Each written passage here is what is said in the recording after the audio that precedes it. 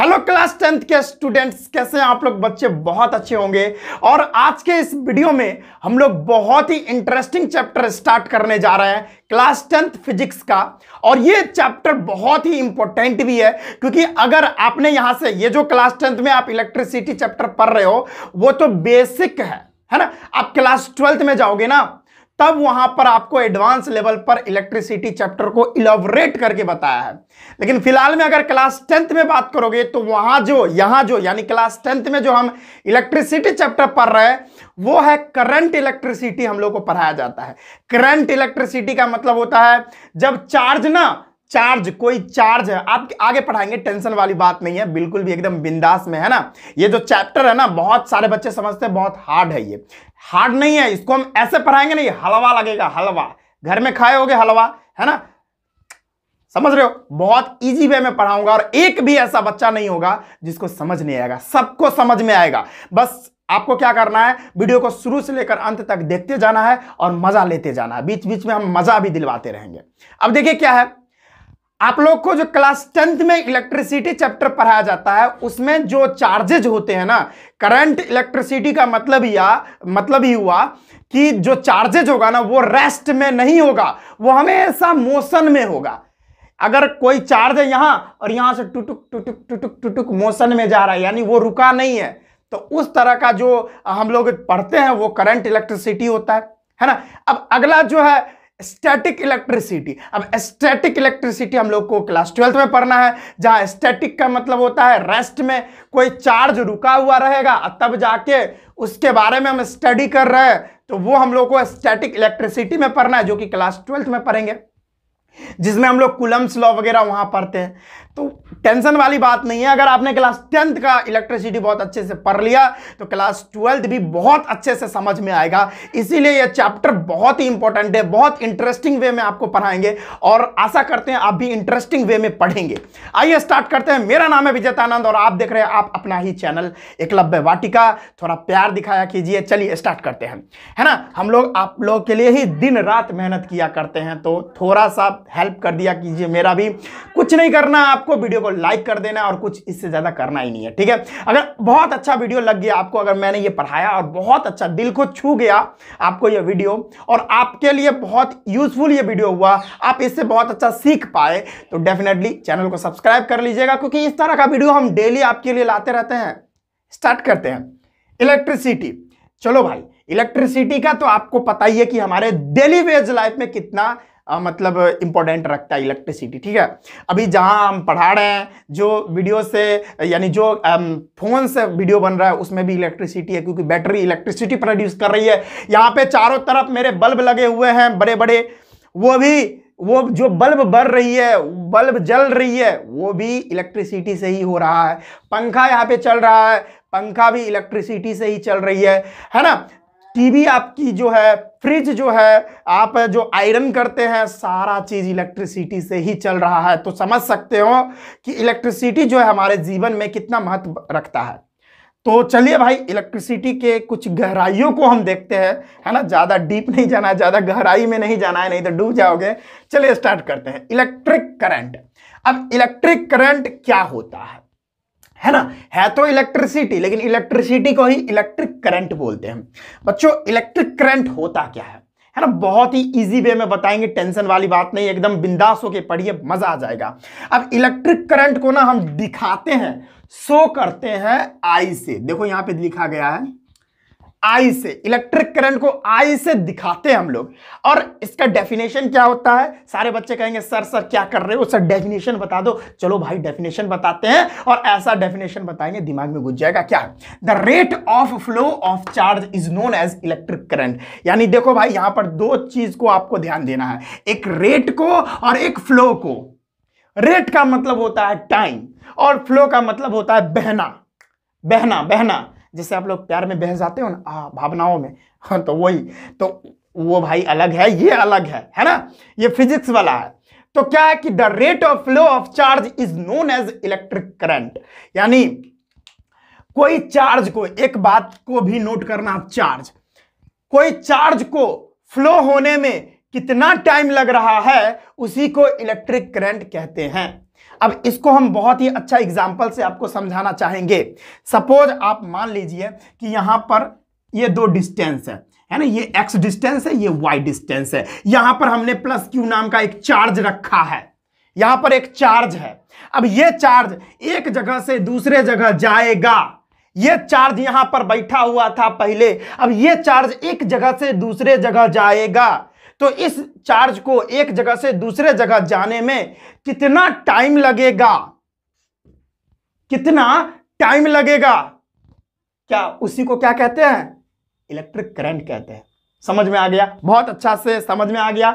यानी फिर से मैं आपको बताना चाहूंगा और लास्ट बार, इसके बाद समझ में ही आ जाएगा कि कितना अमाउंट में, देखो ये चार्ज जो है ये कितना अमाउंट में चार्ज, कितना मात्रा में, कितना अमाउंट में चार्ज एक जगह से दूसरे जगह जा रहा है, और उस चार्ज को एक जगह से दूसरे जगह जाने में कितना टाइम लग रहा है, उसी को हम लोग क्या बोलते हैं? इलेक्ट्रिक करंट बोलते हैं। एक बार और, कितना अमाउंट में चार्ज एक जगह से दूसरे जगह जा रहा है और उस चार्ज को कितना टाइम लग रहा है एक जगह से दूसरे जगह जाने में, उसी को इलेक्ट्रिक करंट बोलते हैं। यहीं पर हमने शॉर्ट में बोला है, the rate of flow of charge is known as electric current, है ना? समझ में आया? अब अभी एग्जांपल दूंगा तो और बेहतर तरीके से समझ में आएगा। चलो, अच्छा, मैंने बताया अभी कि इलेक्ट्रिक करंट को दिखाते आई से हैं, तो मैंने आई लिख दिया, है ना? बहुत बढ़िया। और यहां डेफिनेशन में बोल रखा है कि the rate of flow of charge, यानी कितना अमाउंट में चार्ज कितने समय में एक जगह से दूसरे जगह जाता है, फ्लो करता है, उसी को हम इलेक्ट्रिक करंट बोलते हैं। तो यहां से हम एक फॉर्मूला बना लेंगे ना, बना लेंगे, I is equal to Q by T, कि कितना अमाउंट में इलेक्ट्रिक चार्ज कितने समय में एक जगह से दूसरे जगह जा रहा है, उसी को इलेक्ट्रिक करंट बोलते हैं, जिसको आई से दिखाते हैं। समझ में आया? कितना अमाउंट में चार्ज कितने समय में एक जगह से दूसरे जगह गया, उसी को इलेक्ट्रिक करंट बोलते हैं। बात खत्म। जहां पर आपको बता देता हूं, जहां पर आई का मतलब है इलेक्ट्रिक करंट, जहां पर आई का मतलब है इलेक्ट्रिक करंट, क्यू का मतलब है इलेक्ट्रिक चार्ज, इलेक्ट्रिक चार्ज। मजा आ रहा है बच्चों? जोर से बोलेंगे, मजा आ रहा है? बहुत बढ़िया। ओ भाई, ये क्या हो रखा है? चलो, हाँ, टी का मतलब होता है टाइम, बच्चा जानता है, और टाइम का वैल्यू दिया करो, ठीक है? Time is very precious. Okay, समझ में आ गया? I is equal to Q by T, हमने इलेक्ट्रिक करने के डेफिनेशन से ये वाला फार्मूला बना दिया। भाई साहब, मजा आ गया? बहुत बढ़िया, बहुत बढ़िया। अब आगे की बातें कर लेते हैं। इलेक्ट्रिक करंट जो होता है उसका एसआई यूनिट क्या होता है?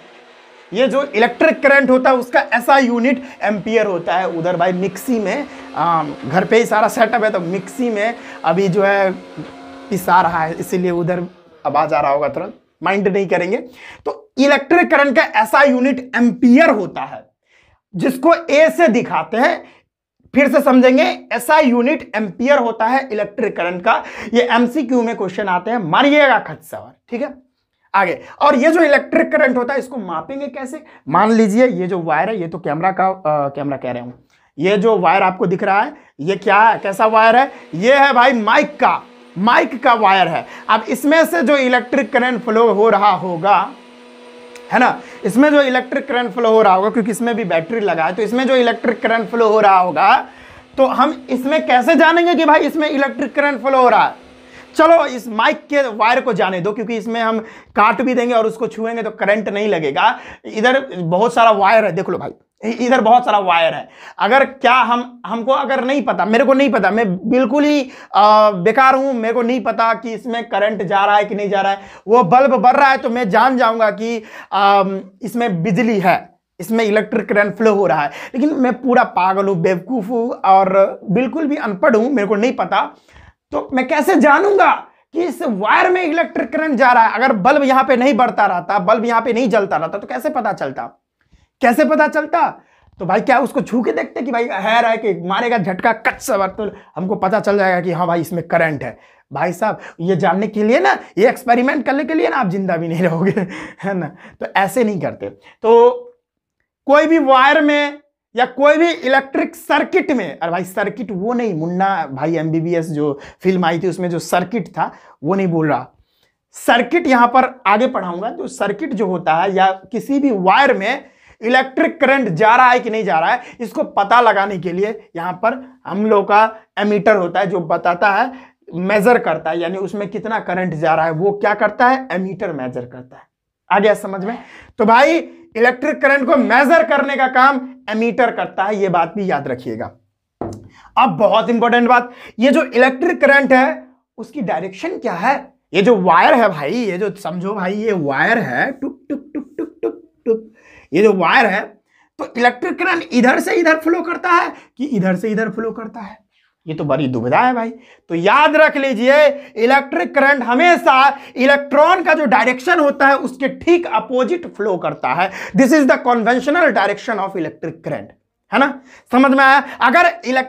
अगर इलेक्ट्रॉन इधर फ्लो कर रहे हैं, मेरी बातों को गौर कीजिएगा, कोई भी चैटिंग वैटिंग नहीं कीजिएगा, इधर उधर से डिस्ट्रैक्शन नहीं लीजिएगा, किसी का मैसेज आ गया उसको अवॉइड कीजिएगा, यहां पे ध्यान दीजिएगा, क्योंकि जिंदगी यहां से बनने वाली है, वहां से नहीं, वहां से बर्बाद होगी। यहां देखिए, तो इलेक्ट्रॉन जो है ना, ये जो वायर है, वायर, इस वायर में अगर इलेक्ट्रॉन इधर फ्लो कर रहा है, सपोज ये पॉइंट एक्स है और ये पॉइंट वाई है, अगर एक्स से वाई अगर इलेक्ट्रॉन फ्लो कर रहा है तो इलेक्ट्रिक करंट की जो डायरेक्शन होगी हमेशा वाई से एक्स के तरफ होगी, इलेक्ट्रिक करंट इधर से इधर फ्लो करेगा।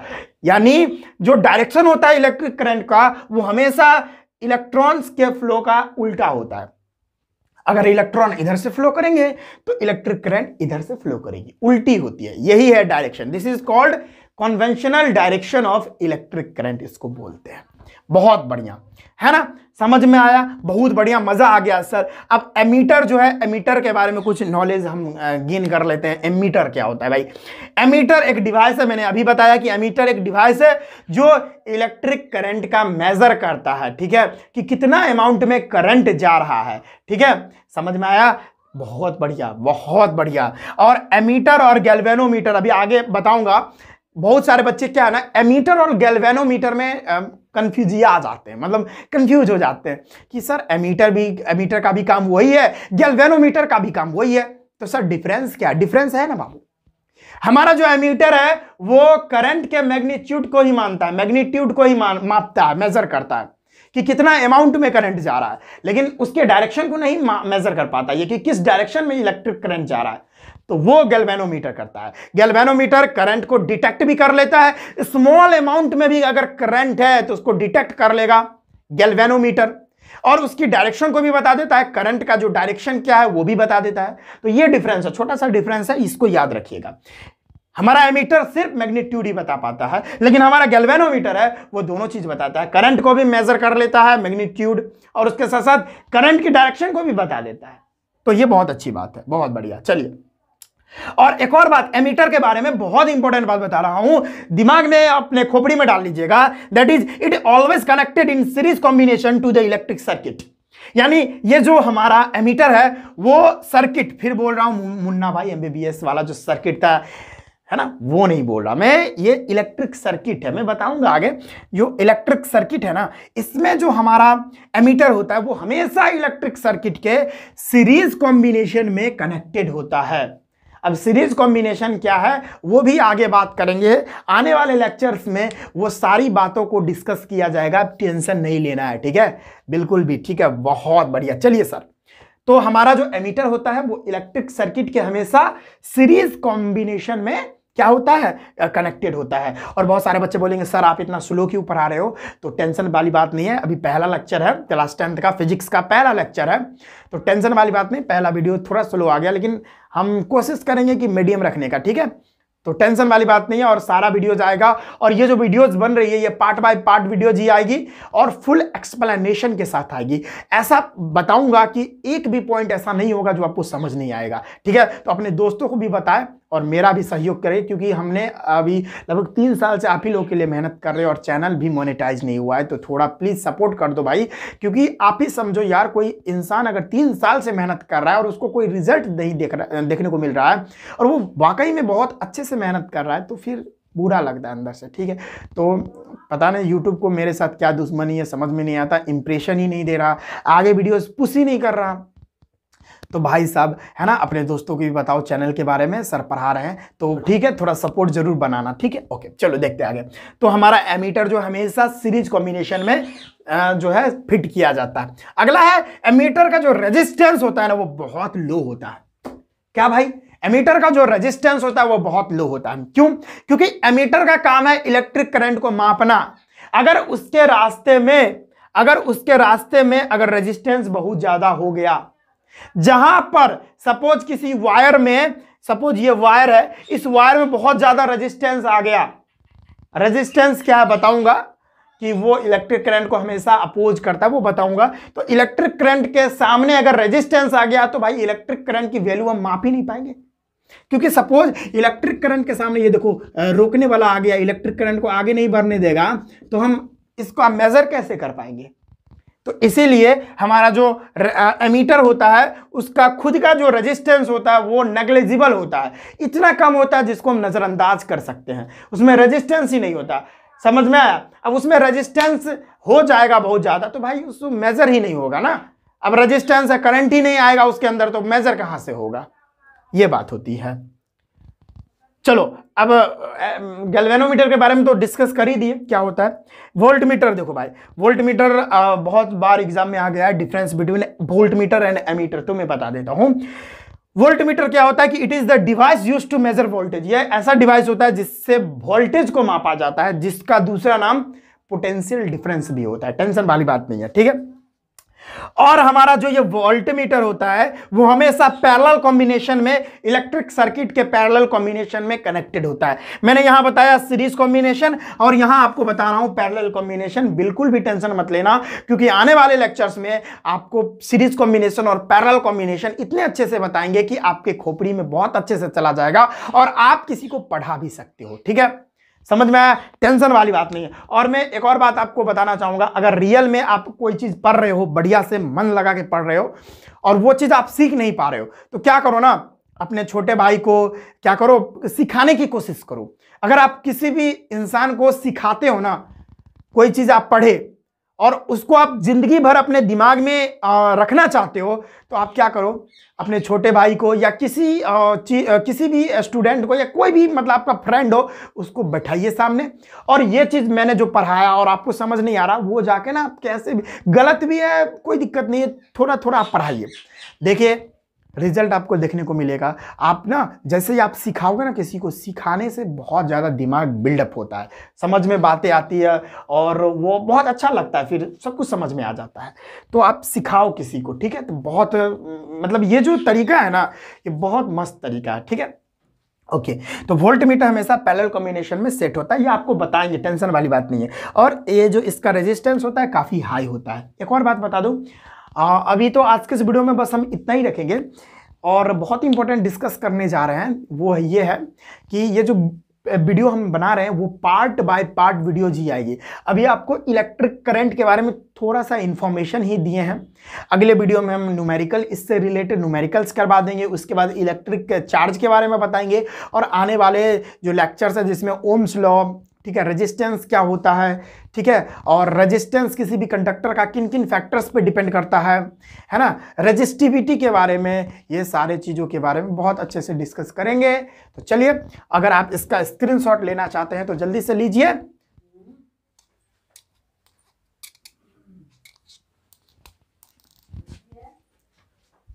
लेते हैं। तो चलिए, आई होप आपने स्क्रीनशॉट ले लिया होगा, और उम्मीद करते हैं कि ये जो लेक्चर है आपको बहुत पसंद आया होगा और अच्छे से समझ में भी आया होगा। अगर अच्छे से समझ में आया ना, तो दिल से बोल रहा हूं प्लीज एक लाइक कर दिया कीजिए, क्योंकि लाइक करने से क्या होता है ना, वीडियो को ना यूट्यूब पुश करता है, ठीक है। तो एक लाइक कर दीजिए ताकि वीडियो जो है ना ज़्यादा से ज़्यादा लोग तक पहुँच सके। तो चलिए, अगर बहुत अच्छा वीडियो लग गया ना दिल से, तो चैनल को सब्सक्राइब भी कर दीजिए, क्योंकि अब सब्सक्राइब नहीं करोगे तो अगला वीडियो में इसका बनाऊंगा तो फिर आपको नोटिफिकेशन नहीं आ पाएगा ना। तो रियल में बोल रहा हूं, चैनल को सब्सक्राइब कर लो, और मिलते हैं नेक्स्ट वीडियो में। तब तक के लिए जय हिंद, वंदे मातरम।